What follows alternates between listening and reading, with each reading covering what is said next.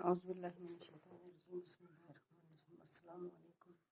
I am Reshma Begum, teacher PSA Malaikot class 5th subject Urdu.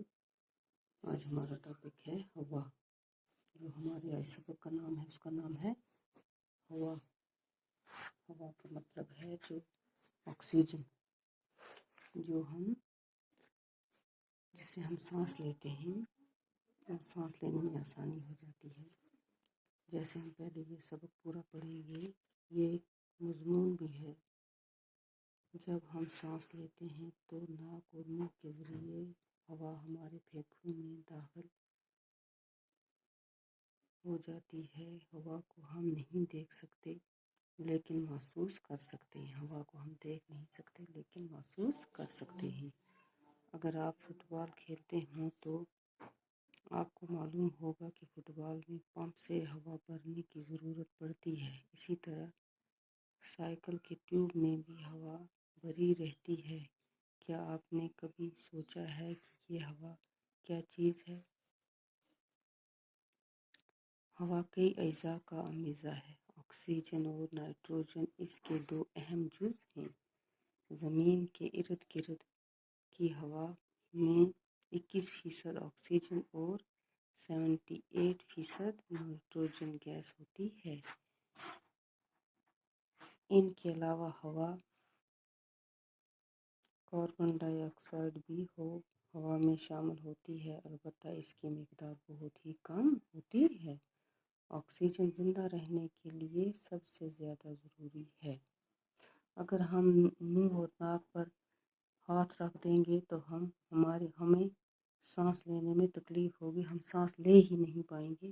اس کا مطلب ہے کہ ہمارے اندر ہوا نہیں جا رہی تو ہم مر سکتے ہیں. اس لیے ہوا کا ہونا ضروری ہے جس سے ہم سانس لیتے ہیں. آکسیجن کا ہونا بہت ضروری ہے. پانی کے بنا اور آکسیجن کے بنا ہم نہیں رہ سکتے. پانی کے بنا پھر بھی ہم 1-2 دن زندہ رہ سکتے ہیں، لیکن آکسیجن کے بنا ہم 1 منٹ بھی زندہ نہیں رہ سکتے. آکسیجن زندہ رہنے کے لیے سب سے زیادہ ضروری ہے. سانس لیتے وقت یہ گیس پھیپھڑوں میں پہنچ کر خون میں جذب ہو جاتی ہے اور خون کی گردش سے یہ آکسیجن ہمارے جسم کے ہر ایک حصے تک پہنچ جاتی ہے. آکسیجن ہمارے جسم میں غذا کو بدن کا جز بناتی ہے. یہ ہمارا جسم میں گرمی پیدا کرتی ہے. ہمارے جسم میں روزانہ تقریباً 1 کلو گرم آکسیجن جذب ہوتی ہے. آکسیجن کی ایک خاصیت یہ ہے کہ یہ خود نہیں جلتی لیکن چیزوں کو جلنے میں مدد دیتی ہے. دیکھیے آج یہ ہے ہوا کا ایک شاٹ دیا ہے. یہ پیڑ ہیں، جب یہاں سے ہوا آئی اور پیڑ اس طرح سے اس سائڈ ہوگی، اس کا مطلب ہے ہوا اس سائڈ سے آئی. اگر پیڑ اس سائڈ ہوتے تو اس کا مطلب ہوا اس سائڈ سے آتی ہے. ہوا فیل کی جاتی ہے، محسوس کی جاتی ہے، لیکن دیکھ نہیں سکتے ہم اسے. اب دیکھیے یہاں آگے کیا لکھا ہے. سانس لینے کے لیے ہوا کا صاف ہونا نہایت ضروری ہے.